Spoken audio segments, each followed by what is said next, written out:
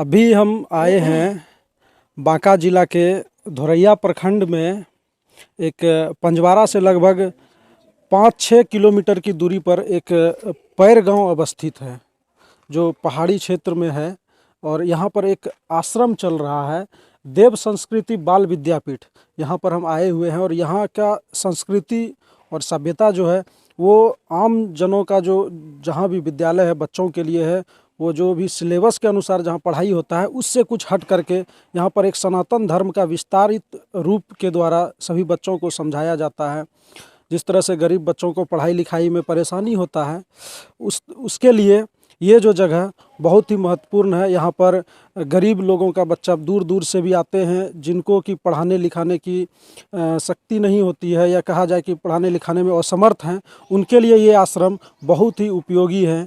और यहाँ के आश्रम अभी जो सविता कुंज देव संस्कृति बाल विद्यापीठ, यहाँ के आचार्य सर हैं, यहाँ पर हम उनसे कुछ बातचीत करेंगे कि यहाँ का विधि व्यवस्था क्या है और बच्चों के लिए क्या सुविधा है और उसको किस तरह का शिक्षा व्यवस्था दिया जाता है। तो सर, सबसे पहले नमस्कार आपको। नमस्कार नमस्कार। अभी हम जो आए हुए हैं आपके पास, तो यहाँ का बच्चों के लिए आपका जो सनातन धर्म से संबंधित शिक्षा दिया जाता है, जो भी चीज़ सिलेबस से आम स्कूल में पढ़ाई किया जाता है उससे कुछ हट करके वेद पाठ का भी ज्ञान दिया जाता है, योगाभ्यास भी किया जाता है। तो इसके बारे में क्या है विशेषता, और आप किस आश्रम से जुड़े हुए हैं, किस संस्था से जुड़े हुए हैं, और आपका जो महत्वपूर्ण क्या क्या चीज़ इसमें आप बच्चों को सिखाते हैं, वो अपने विस्तार पूर्वक बताइए। देखिए, ये जैसा आप पीछे नाम देख रहे हैं, देव संस्कृति बाल विद्यापीठ सविता कुंज है जी। ये अखिल विश्व गायत्री परिवार के तत्वावधान में है। इनके जो संरक्षण है, कुल माता पिता जिसको बोला जाए, वेद मूर्ति तपोनिष्ठ पंडित श्री राम शर्माचार्य जी हैं, जो स्वतंत्रता सेनानी भी रहे हैं और युग पुरुष भी कहे जाते हैं। उस समय जब भारत हमारा गुलाम था, अंग्रेजों के अधीन था, तो आज़ादी तो मिल गई, लेकिन आज भी कहीं ना कहीं हम लोग मानसिक रूप से गुलाम हैं। और इतनी बार इस पर आक्रमण हुआ कि कुछ न कुछ प्रभाव रह गया, और कहीं ना कहीं आज हम अपने संस्कृति और संस्कार को भूलते चले गए। और यही कारण है कि आज भी, जैसे बहुत कुछ उदाहरण आपको लें तो विवाह शादी की बात करें, जैसे विवाह काल में जो है एक परंपरा है कि रात्रि में विवाह होने का, जी बिल्कुल। जबकि यह एक जो है ना, हम लोग गलत परंपरा ढो रहे हैं। मुगल काल जब जब थे तो उस समय उनके डर से रात्रि में विवाह शादी करके बच्चियों का विदा कर देते थे, क्योंकि वो लोग गलत करते थे अपने बहन बेटियों के साथ। लेकिन वह परंपरा बन गया, उस गलत चीज़ को आज हम शान शौकत से ढो रहे हैं। इसी प्रकार आसपास के क्षेत्र में बाल प्रथा है, छोटे से बच्चे ही जो है 15 साल 16 साल नहीं होता है और नशा आदि आधुनिकता में ना जाने कितने कितने नशा आदि का शिकार हो जाता है। तो भारतीय जो अस्मिता वो धूमिल ना हो जाए, इसके लिए परम पूज्य गुरुदेव ने गायत्री परिवार संस्थान खड़ा किया, और उसके हजारों संस्थान हैं, जिसमें से एक देव संस्कृति बाल विद्यापीठ सविता कुंज है, जहाँ का एक ही उद्देश्य है कि मानव में देवत्व उदय और धरती पर स्वर्ग अवतरण हो। तब ये होगा कैसे? तो उसके लिए नए पौधों का निर्माण करना पड़ेगा। तो उसी के तहत हम बच्चों को शिक्षा दीक्षा का कार्यक्रम करते हैं। इसमें मूलतः 80% वैसे बच्चे हैं जो असहाय हैं, गरीब हैं, जो समाज से कटे हुए हैं, गुलेल चलाने वाला, सुअर मारने वाला, शिकार करने वाला, आप उसको जो कहा जाए सबसे नीच स्तर का है, नीचे स्तर का है, वैसे बच्चों को भी पढ़ने का अधिकार है, और उसमें भी काफ़ी प्रतिभा होती है अगर उसको निखारा जाए तो। लेकिन उसको मौका नहीं मिल पाता है, सरकारी योजना से वो वंचित रहते हैं। तो हम लोग उनको चिन्हित करते हैं और उन्हें अपने यहाँ लाते हैं, और उन्हें जो है बिहार बोर्ड के माध्यम से उसमें और सारी सिलेबस जोड़ करके उनको एक सही जिम्मेदार नागरिक बनाने का प्रयास करते हैं। जी, मैं यहाँ पर रोकना चाहता हूँ। जी। अगर जैसा कि आपने कहा गरीब और असहाय बच्चों के लिए आपकी ये संस्था चल रही है, तो वैसे अभिभावक जो उसके फीस देने के लिए समर्थ नहीं है, तो उनके लिए क्या व्यवस्था है आपके पास? बिल्कुल पूरी व्यवस्था है। वैसे आप सबसे हमारा निवेदन है, जितने लोग देख पा रहे हैं, जहाँ तक जा पा रहे हैं, कहीं भी कोई ऐसा बच्चा दिखे रेलवे प्लेटफॉर्म पर, बस स्टॉप पर, या जिनके माता पिता नहीं हैं, आपदा में गुजर गए हैं, वैसे बच्चे आप हमें गोद दीजिए, उनके खाना कपड़ा लत्ता सारे चीज़ों की व्यवस्था ये आश्रम करेंगे, परम पूज्य गुरुदेव के माध्यम से होगा। और उनको जहाँ तक वो पढ़ेंगे BA MA MSc जैसी प्रतिभा रहेगी वैसी प्रतिभा उनको यहाँ से सहयोग किया जाएगा, पढ़ाया जाएगा, सारी व्यवस्था निःशुल्क रहेगी। चलिए, जैसा कि सर ने बताया कि जो भी अभिभावक अगर असमर्थ हैं बच्चे को पढ़ाने में, तो वो यहाँ पर आकर के इनसे संपर्क कर सकते हैं। और किसी भी तरह की कोई भी समस्या हो तो यहाँ आकर के, अगर उनको पढ़ाई में कोई प्रॉब्लम हो रही हो, उसको फीस देने में प्रॉब्लम हो रही हो, तो यहाँ पर बिल्कुल वैसे लोगों के लिए बिल्कुल निःशुल्क पढ़ाई के साथ साथ सनातन संस्कृति जो है उसके बारे में मतलब शुरुआत से बताया जाता है। या कि जैसे दिनचर्या भी आपको हम बता दें जी कि यहाँ ठंडी हो गर्मी हो बरसात हो, छोटे छोटे बच्चे से लेकर के बड़ों तक सुबह 4 बजे जागरण हो जाता है। जी उसके बाद जो है आरती ध्यान, क्योंकि ध्यान शारीरिक और बौद्धिक क्षमता विकसित करने के लिए बहुत बड़ा माध्यम है। जी ध्यान के बाद फिर जो है योग होता है। योग के बाद 8:30 बजे से 11:30 बजे तक कंटिन्यूस क्लास होते हैं। हिंदी अंग्रेजी साहित्य सभी विषयों की विषयवार पढ़ाई होती है। 12 बजे बच्चों का भोजन कराया जाता है और उसके बाद फिर जो है विश्राम। 2 बजे से 3 बजे तक जो बच्चों को सेल्फ स्टडी है और 3 से 4 ट्यूशन दिया जाता है। 4 से 6 खूब खेल कूद होता है, शैक्षणिक खेल कूद होता है। फिर 6 बजे से 6:30 तक आरती ध्यान। उसके बाद फिर जो है 7 बजे से लेकर के 8:30 बजे तक फिर रात्रिकालीन पढ़ाई होती है। ये यहाँ का दिनचर्या है। इसके अलावे सिर्फ बच्चे ही नहीं, ऐसे निराश्रित माता पिता जिनका संतान नहीं है या जिनको कोई देखने वाला नहीं है, वैसे माता पिता वैसे परिजन भी आप यहाँ आ सकते हैं। उनके हम लोग बच्चे बनेंगे, उनका देख रेख करेंगे, सेवा करेंगे। उनके लिए सारी व्यवस्थाएं यहाँ पर परम पूज्य गुरुदेव के माध्यम से है। चलिए, ये एक बहुत बड़ी बात है इस आश्रम के द्वारा।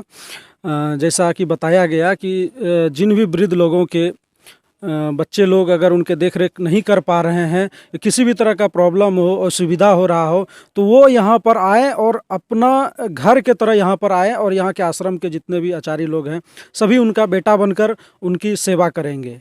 ये बहुत बड़ी बात है। लेकिन एक चीज़ हम जानना चाहेंगे कि ये ठीक है, संस्था से आप लोग बच्चे को शिक्षा दे रहे हैं या तो कोई वैसे बुजुर्ग आ रहे हैं, माता पिता आ रहे हैं, तो आखिर इनका जो आपका बजट जो है वो आखिर कैसे परिपूर्ण हो रहा है, इस चीज़ के बारे में थोड़ा सा आप बताइए। देखिए, पूरी तरह से कहा जाए कि 0 बजट पर चलता है। जी मुख्य रूप से हमें 2 चीज़ की 3 चीज़ की आवश्यकता होती है, कपड़ा, मकान और भोजन। जी तो जैसे मकान है तो समाज के सहयोग से जो भामाशाह लोग हैं, तो उसमें से कोई 100 रुपये देता है, कोई 50 रुपया देता है, कोई 1000 रुपया देता है। इसके अलावा हम लोग यज्ञ प्रयोजन कराते हैं, तो वहाँ से जो दान दक्षिणा मिलती है उससे जो है निर्माण कार्य चलता है, भोजन आदि में भी सहयोग मिलता है। जो हमारे लोग देख पा रहे हैं उनसे भी निवेदन है, अगर आपकी इच्छा है तो पीछे बैनर में हमारा नंबर लिखा हुआ है 9955 066 178। गूगल पे है, फ़ोन पे, ये सारे इसमें पेटीएम सब कुछ हैं। आप भी चाहते हैं इनमें सहयोग करने के लिए तो आप भी कर सकते हैं। और भोजन की बात है तो यहाँ आसपास क्षेत्र गांव का एरिया है, 10 गांव इसके साथ जुड़े हुए हैं। सीताचक है, मुटंगा है, पैर है, सारा गांव जुड़ा हुआ है। तो वहाँ से लोग स्वेच्छा से देते हैं, कोई चावल दे दिए, कोई गेहूं दे दिया, कोई तिलहन दे दिया। और हर महीने हम लोग घूमते हैं, भिक्षाटन करते हैं, लोगों से भीख मांगते हैं और वहाँ से कुछ न कुछ प्राप्त हो जाता है। इसके अलावा जो है पीछे आप देखेंगे, आपको घुमाएंगे तो आम बगीचा है, लहार लगा हुआ है, टमाटर लगा हुआ है, जो लगभग साग सब्जियाँ हमको इस भूमि से उपलब्ध हो जाती है। और थोड़ी बहुत ज़रूरतें समाज से जो है हम लोग भिक्षाटन में ले आते हैं, यज्ञ प्रयोजन करते हैं, उससे हो जाता है। चलिए, ये बहुत बड़ी बात है कि जिन लोगों को भी अपना सामर्थ्य के अनुसार इसमें दान कर सकते हैं आप, और आप लोग के दान के अनुसार ही यहाँ पर सारा व्यवस्था किया जाता है। और भी बहुत काम है, जैसा कि बताया श्राद्ध क्रम है, और जो भी है भिक्षाटन के द्वारा या ग्रामीण के द्वारा जो जितना जिनको सामर्थ्य है उतना देते हैं, और उसी के हिसाब से यहाँ पर पढ़ाई लिखाई रहने का सारा व्यवस्था है। मैं दिखाना चाहता हूँ पीछे ये जो नंबर दिए हुए हैं, ये अगर कोई भी हेल्प करना चाहते हैं इस संस्था को, तो ये यहाँ पर ये 9955 066 178 ये फ़ोन पे गूगल पे नंबर है। इन पर आप मदद कर सकते हैं। और आपका मदद के 1 रुपया के कारण बहुत से बच्चे का यहाँ पर भविष्य सुधर रहा है। मैं आगे दिखाना चाहता हूँ, कुछ एक बैनर लगा हुआ था, उस बैनर को मैं दिखाना चाहता हूँ।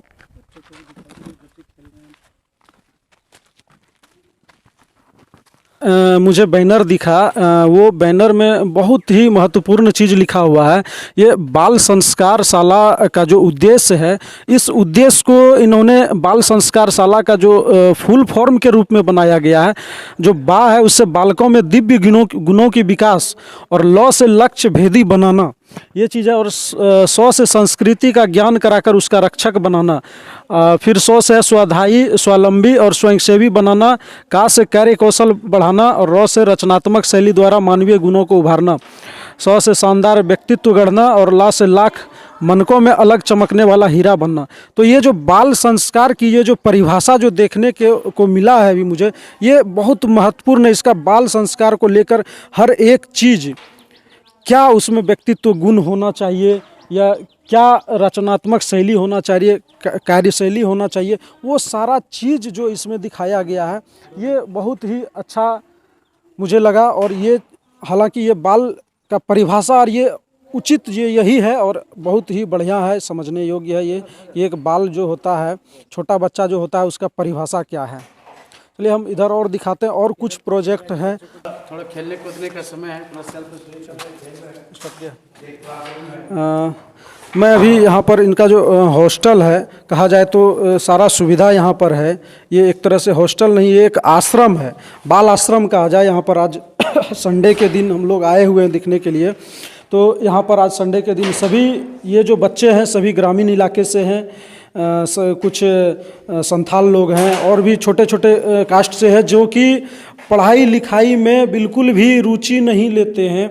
और कहा जाए तो उनका जो स्थिति होता है ग्रामीण इलाके का, जो पढ़ाई लिखाई नहीं करवा पाते हैं, उनके अभिभावक जो हैं उतने सामर्थ्य नहीं होते हैं। लेकिन ये आश्रम के द्वारा आज बच्चे का भविष्य बनाया जा रहा है। देखिए आज सभी बच्चे लोग सब यहाँ पर बैठे हुए हैं, ये आश्रम है। और यहाँ वैसे लोग आते हैं जिनको की सामर्थ्य नहीं है, उनके लिए ये खुला दरबार है। कोई भी अगर जिनको सामर्थ्य नहीं है पढ़ाने का, जिनके अभिभावक को, वो यहाँ पर आ सकते हैं और बिल्कुल निःशुल्क, कोई पैसा नहीं लगेगा, बिल्कुल पढ़ा सकते हैं। और जिनको जितना अपना स्वेच्छा से कोई भी व्यक्ति दान कर सकते हैं। पढ़ाई के साथ साथ बच्चों का जो मानसिक चेतना, बौद्धिक विकास के लिए भी यहाँ पर पूर्ण व्यवस्था है।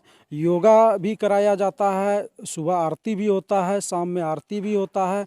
और हर तरह से उसको वैदिक मंत्रोच्चार ज्ञान का भी यहाँ पर व्यवस्था किया गया है, जो हमारे सनातन धर्म को, जो कि इस समय के बच्चों के द्वारा जो छोड़ा जा रहा है, सिर्फ सिलेबस और किताबी ज्ञान को लिया जा रहा है, उससे कहीं हटकर यहाँ पर ये सारा कुछ मिल रहा है, जिसमें चेतना का विकसित हो रहा है। इसलिए इस आश्रम में अपने बच्चों को भेजने का ये एक मुख्य कारण ये भी है कि उसका सिर्फ किताबी सिलेबस के अलावा यहाँ पर बहुत सारा उसका सनातन धर्म के बारे में बताया। का जो ये जो देख रहे हैं टमाटर वगैरह का वृक्ष जो है, यहाँ पर ये सभी लोग बच्चे, शिक्षक लोग अपने से मिल कर के ये खेती करते हैं।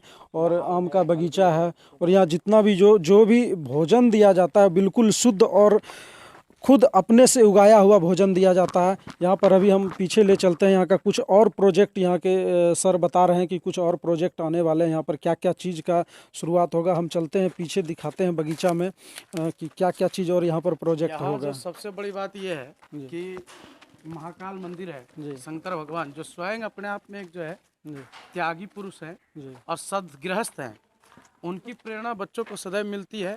बच्चे यहाँ पर जो है सुबह शाम ध्यान करते हैं और महादेव का ध्यान करते हुए यह भाव मन में आता है कि शरीर भस्मीभूत है और इससे अच्छा है कि हम अच्छा काम करें, ईमानदारी जीवन जिएं। बच्चे यहाँ पर बैठ करके समाज के लोगों के लिए भी प्रार्थना करते हैं मिलजुल करके। और ये जो परिसर आप देख रहे हैं, इसमें भविष्य में वृद्धाश्रम, गौशाला, एक आयुर्वेदिक औषधि केंद्र, पंचगव्य संस्थान ये प्रस्तावित है। जैसे जैसे हम लोग को समाज का सहयोग मिलेगा। आइए महादेव, चलिए देखते हैं। ये यहाँ पर एक चीज़ है कि पढ़ाई के साथ साथ बच्चों को आध्यात्मिक शिक्षा पूजा पाठ का भी शिक्षा दिया जाता है। ये महादेव मंदिर भी है, ये जो कैंपस है, विद्यालय का सिद्धेश्वर कैंपस महादेव है, हैं। महादेव सिद्धेश्वर मंदिर है यहाँ पर। और साथ साथ पढ़ाई के साथ साथ यहाँ पूजा पाठ मंत्रोच्चारण का भी अभ्यास कराया जाता है। और जैसा कि सर ने बताया कि ये पीछे जो जितना ये जगह ज़मीन जो बचा हुआ है, इसमें बगीचा के साथ साथ यहाँ पर कुछ प्रस्तावित भी हैं, जैसे वृद्धाश्रम है और पंचगव्य संस्थान है। पंचगव्य संस्थान है। ये क्या चीज़ है सर? पंचगव्य पंचगव्य एक चिकित्सा प्रणाली है जिसमें गायों के जैसे गौमूत्र है, घी है, दही है, दूध है, उससे मिला करके जो पंचगव्य बनाए जाते हैं। उससे गौ कैंसर का संरक्षण, इलाज। गौ संरक्षण का भी एक बहुत बड़ा केंद्र। गौशाला केंद्र भी बनाया जा रहा है, वृद्धाश्रम बनाया जा रहा है। बहुत सा यहाँ पर प्रोजेक्ट अभी तैयार होना है, जो कि एक तरह से कहा जाए तो ये जो आश्रम चल रहा है, ये एक बहुत ही ज़बरदस्त रोल मॉडल होने वाला है। आप लोग से भी रिक्वेस्ट है, विनती है कि सहयोग जरूर करें कुछ ना कुछ। और अगर किन्हीं को कोई प्रॉब्लम है तो उसका भी ज़रूर से हम लोगों को इन्फॉर्म करें। सर ने जो नंबर बताया उस पर इन्फॉर्म करें। किसी भी तरह का समस्या हो तो वो यहाँ पर उसका निराकरण होगा। चलिए, सभी को धन्यवाद। जय हिंद।